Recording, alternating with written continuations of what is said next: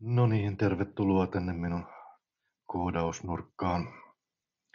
Olen aika monelle, tai ainakin muutamalle maininnut tästä Advent of Code koodaustapahtumasta, joka on muodostunut jo perinteeksi.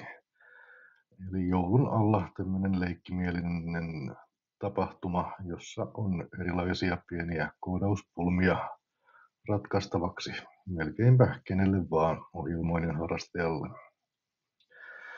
Ja tämän tapahtuman nettisivu on adventofcode.com, jonka mä laitan tonne videon kuvaukseenkin, jos vaan osaan. Ja tässä se sivu on nyt esillä, niin voitaisiin katsoa täältä joku aikaisemman vuoden tapahtumista, joku pikku esimerkki. Katsotaan vaikka tästä Events löytyy nämä aikaisemmat vuodet. Ja sitten vaikka vuodelta 2015 siellä on tämmöinen kuusenkuva. Jokaiselle päivälle on oma tehtävänsä, jossa on 2 eri osaa. Niin olen vähän etukäteen tässä nyt kurkannut, että toi kakkososa saattaa olla semmoinen, joka on aika helposti ratkaistavissa. Eli tässä on tämä tehtävän kuvaus sitten. Tämä on vähän tämmöinen roolipeli, seikkailupelityyppinen tämä setting tässä, eli nyt tontuilta on loppumassa pakkaus, joulupaperi, lahjapaperi, ja ne haluaa tilata sitä lisää, ja sitten tässä annetaan tehtäväksi, että laskea kuinka paljon pakkauspaperia tarvitaan. Ja kaikki lahjat on kuution muotoisia, tai ei nyt kuution, voi joku sivu olla vähän pitempikin kuin muut, mutta hetkinen, luetaanpas. Eli tuolta löytyy tuon lahjapaketin koosta lista, jossa on leveys, pituus ja korkeus. Ja tontut haluaa tilata vaan niin paljon kuin tarvii. Ja eli tehtävä on laskea paketin pinta-ala ja sitten sille annetaan laskukaava, joka on tietenkin niin kuin kun paketti on kuutio, niin siinä on 6 sivua ja aina 2 vastakkaista sivua on yhtä suuria, ja sitten yhden sivun pinta-ala on tietenkin paketin leveys kertaa korkeus, ja toinen on leveys kertaa pituus, ja kolmas on pituus kertaa korkeus, niin niistä se paketin pinta-ala sitten muodostuu. Ja sitten tarvitaan näköjään vähän lisää paperia vielä, niin kuin, että sen pystyy siihen kunnolla käärimään ja nätisti käärimään, niin siis pienimmän sivun ala lisäksi vielä sen paketin koko pinta-alaan nähden. Sitten tässä annetaan pari esimerkkiä. Eli kun tämä nyt on tämmöistä helppoa laskua, niin tämä nyt hoituu vaikka Excelillä. Että sinänsä ei ole näissä tehtävissä annettu mitään määräyksiä, millä kielellä tai millä tavalla tämä pitää laskea tai millä laskukaavoilla tämä pitää laskea. Jokainen, joka tätä tehtävää tekee ja tätä tapahtumaa harrastaa, niin saa itse valita sen motivaationsa siihen hommaan.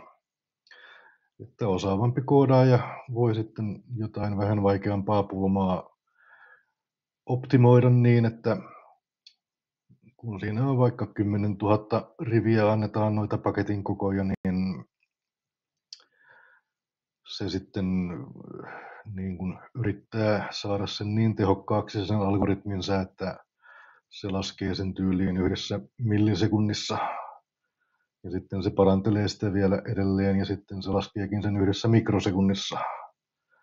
Niin kyllä tästä jokaiselle löytyy niin kuin sitten oma haasteensa, jos sen vaan haluaa niin ottaa. ottaa sellaisella asenteella. Mutta joo, katsotaanpa. Mulla on tässä, ei ole Exceli, vaan on OpenOffice auki. Eli otetaan nyt tämä ensimmäinen esimerkki 2x3x4 on paketin mitat. Mittayksiköillä nyt ei sinänsä ole väliä. Tässä puhutaan näköjään jaloista. Eli tuolta.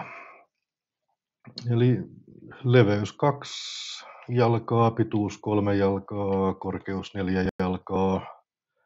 Ja sitten niin kuin siellä oli annettuna laskukaavat, niin yhden sivun tavallaan niin kuin etusivun pinta-ala on leveys kertaa korkeus, eli laitetaan tuohon laskukaavaan, eli se on leveys kertaa korkeus. Ja sitten sen paketin sivun pinta-ala, niin sille annetaan laskukaava, se on pituus kertaa korkeus. Ja sitten taas sen kannen ja pohjan pinta-ala on niin kuin leveys kertaa pituus, eli laskukaava ja toi kerrotaan tuolla.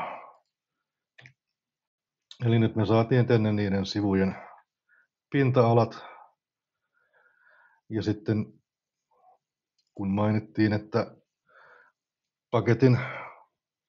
pakettiin tarvittavan paperin määrä on tietenkin, kun näitä kaikkia sivuja on 2 kappaletta, etusivu ja takasivu, ja sitten on vasen sivu ja oikea sivu, ja sitten on yläsivu ja alasivu, niin laskukaava sille on siis 2 kertaa tuo ja 2 kertaa tuo ja 2 kertaa tuo. Jaha, nyt tein jonkun virheen. Voinäs. Tuotaanpas se siitä ja yritetään 2 kertaa paketin etu- ja takasivu. Sitten tietenkin plussa, joo, ja sitten 2 kertaa paketin vasen ja oikea sivu, ja sitten taas plussa, ja sitten 2 kertaa paketin ylä- ja alasivu, joita teknisillä termeillä kutsutaan niin kuin kansi ja pohja. Ja sitten muistetaan, että vielä sen kaikkein pienimmän sivun verran tarvitaan sitä lisäpaperia siihen siistiin pakkaamiseen. Niin tässä tapauksessahan se nyt on tietenkin tuo 6, mutta koska me nyt ei tiedetä, että mikä kaikki paketit on eri kokoisia, niin mikä tahansa sivu niistä voi olla pieni, niin näistä Excelistä löytyy sitten yleensä semmoinen function, niin katsotaanpa millä nimellä se tässä on, siis min, joka valitsee pienimmän luvun ja sitten näköjään tuosta viejestä, että siihen 3 lukua, niin valitaan toi solu ja sitten toi keskimmäinen solu ja sitten toi laitimmainen solu, niin tämä min-funktio tässä nyt valitsee sitten pienimmän näistä luvusta, eli se on 6. Sitten enteriä, niin 58 saan tähän tulokseksi ja sitten katsotaan tuolta. Eli tämän esimerkin vastaus on 58, eli ihan oikeinhan se meni. Sitten on toinen esimerkki, paketin mitat on 1 kertaa 1 kertaa 10. Laitetaanpa ne tuohon seuraavalle riville 1 kertaa 1 kertaa 10. Ja sitten mä voin tuosta kopioida noin kaavat vaan seuraavalle riville, niin OpenOffice sen automaattisesti päivittää sitten koskemaan tätä riviä sen kaavan. Vastaus on näköjään 43 ja 43 se on ihan oikein. Eli sitten se tehtävän anto sisältää myös sitten pitkän listan näitä pakettien kokoja. Niin jotta sen pääsisi näkemään, niin täytyy loggautua sisään tänne palveluun. Eli näköjään käy Googlen tai Twitterin tai Redditin kautta, tai mä oon käyttänyt tätä GitHubia. GitHub on semmoinen koodin jakopalvelu, johon ei tässä nyt sen enempää tarvitse perehtyä varmaankaan. Niin GitHubilla kirjaudutaan tuosta sisään, noin. Ja hetkinen, se oli toisen päivän tehtävä tuossa, noin.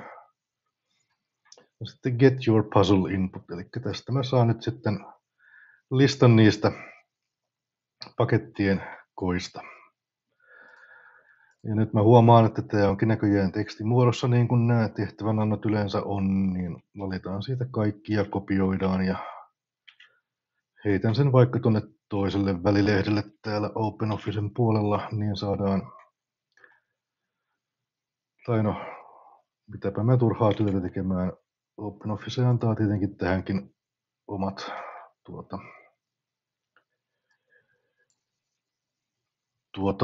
funktionsa ja palveluksensa, että tuotaan nyt noin esimerkit ja sitten tuolta liitetään se muotoilemattomana tekstinä tähän näin, ja sitten tämä ohjelma kysyy, että mikä niin kuin erottaa niitä eri sarakkeita tässä sun tekstissä, jota sä yrität tänne laittaa, niin se on tässä tapauksessa se on X. Ja sitten sanon sille vielä, että tunnista ne numeroiksi ne kentät ihan automaattisesti, ja sitten painetaan OK, niin kappas siinä on meillä nyt sitten valmiina ne tehtävän antamat pakettien koot, ja sitten me voidaan tästä vaan nämä laskukaavat tänne hetkinen, tuosta noin ja noin ja noin, niin saadaan ne laskukaavat tuohon kaikille riveille. Noin, eli täällä kolmannessa on nyt sitten jokaisen paketin koko. Ja mitäs tässä tehtävässä sitten kysyttiinkään vastaus.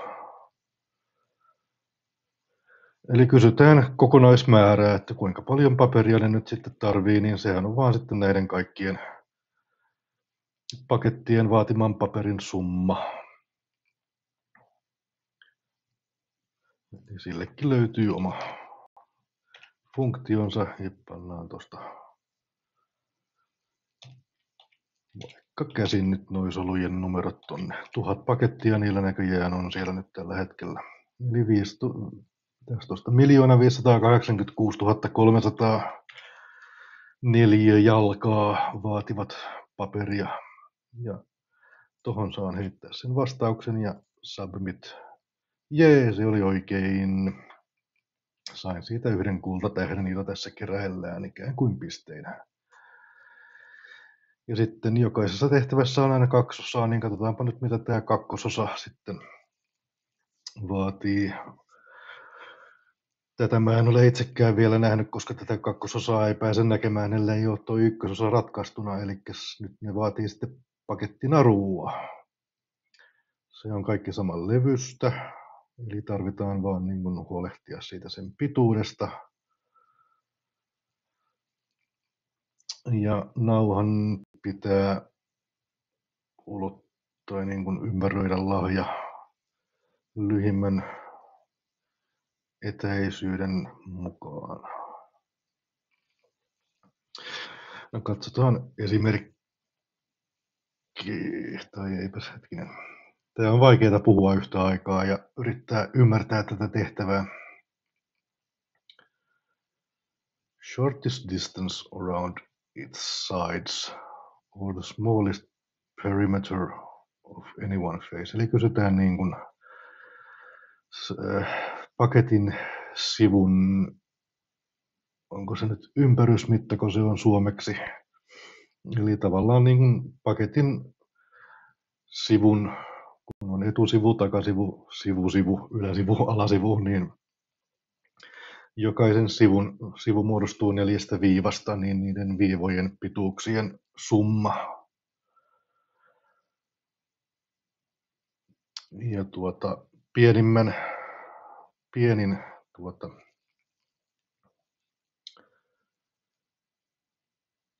pienin sivujen pituuksien summa. Ja sitten vaaditaan vielä solmulle ja rusetille vähän ekstra narua. Ja sen narun tai sen rusettiin menee paketin tilavuuden verran narua, jos mä nyt ymmärsin oikein. Ja taas annetaan 2 esimerkkiä, eli 2 kertaa 3 kertaa 4 sama esimerkki, niin siinä se pienin sivu on tietenkin 2 kertaa 3, niin tai pienimmät sivujen pituudet on 2 kertaa 3, niin sen niin kuin ylä- ja alalaita ja vasen ja oikea laita niin 2 plus 2 plus 3 plus 3 on 10 ja sitten tilavuus niin 24 fiittiä, eli 34 yhteensä. Eli siirretään Excelin puolelle ja 2 ja 3 ja 4, niin näistä nyt sitten pitäisi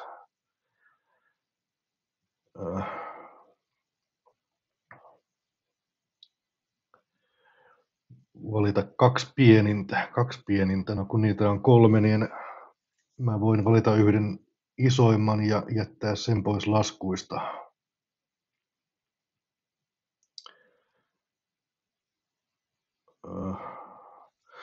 Eli lasketaan nyt vaikka siis sitten, että se on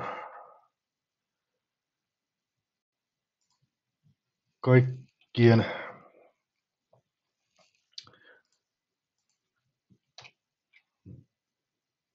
eli se on vaikka siis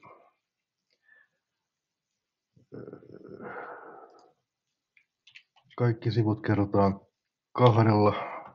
Jos haluatte, niin mä voin tätä logiikkaa ja matematiikkaa käydä läpi ehkä vähän jäsennellymmässä muodossa sitten, jos on tarvetta, mutta ei nyt varmaan tähän eteen ole tarvetta. Kyllähän nämä nyt on ihan peruskoulumatematiikkaa, että pitäisi kaikkien nämä osata. Eli siinä sulussa on nyt sitten niin kuin kaikkien paketin reunojen yhteinen, no niin, vaikea selittää, mutta sitten mä otan siitä pois sen suurimman. Eli kun on min-funktio, niin sitten on myös max-funktio. Eli tämä valitsee nyt näistä suurimman, ja se kerrotaan 2. Niin me saadaan sitten tavallaan sitten 2 plus 2 plus 3 plus 3, eli ollaan niin kuin tässä vaiheessa menossa täällä laskussa. Ja sitten vaaditaan se tilavuus, niin se on ihan yksinkertaisesti kaikkien sivujen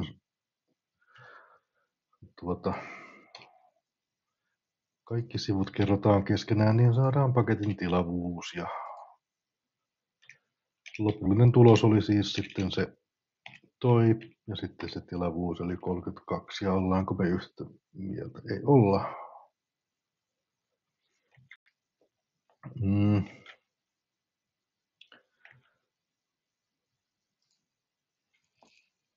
2 plus 2 plus 3 plus 3. Ahaa, tuolla on plussamerkki eikä kertomerkki.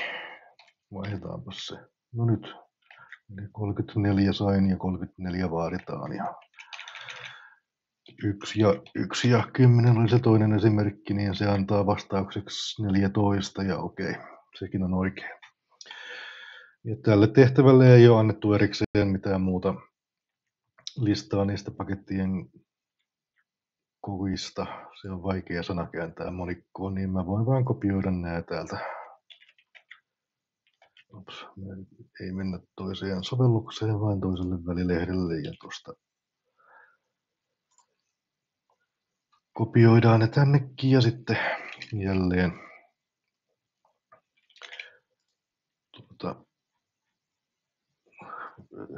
levitetään noin meidän laskukaavat koko tänne alueelle. Ja taas ilmeisesti haluttiin kokonaismäärää niin senkin mä voin oikeastaan niftysti kopioida tuosta noin. Sain vastaukseksi 3 737 498 jalkaa tarvitsaan pakettinarua. Jee, oikein oli. Eli näin tämä homma sitten etenee. Että nyt kun tämä alkaa taas 1. joulukuuta 2023, ne tulee niin kuin päivä kerrallaan sitten ne tehtävät taas näkyviin, niin tässä vaiheessa täytyisi jäädä odottelemaan seuraavan päivän tehtävää, mutta me voidaan nyt sitten kurkata, mitä siellä 3. päivänä vuonna 2015 on ollut. Ja sitten täällä on jotain. Pukki jakaa lahjoja ja jotain jako-ohjeita tässä anniskellaan. Mutta tämmöistä pikkupuuhastelua tää on, että jos kiinnostaa, niin voidaan käydä näitä läpi vähän enemmänkin sitten yhdessä. Ja myös sellaisia tehtäviä, jotka vaatii sitten jo vähän enemmänkin kuin Exceliä siihen ratkaisemiseen, vaikka Excelihin kyllä taipuu aika moneen. Mutta se nyt oli tämmöinen sekava ramble tästä 2015 toisen päivän tehtävästä. Toivottavasti selvitti nyt vähän asioita ja ette kauheasti pitkästyneet tähän. No niin, hei hei.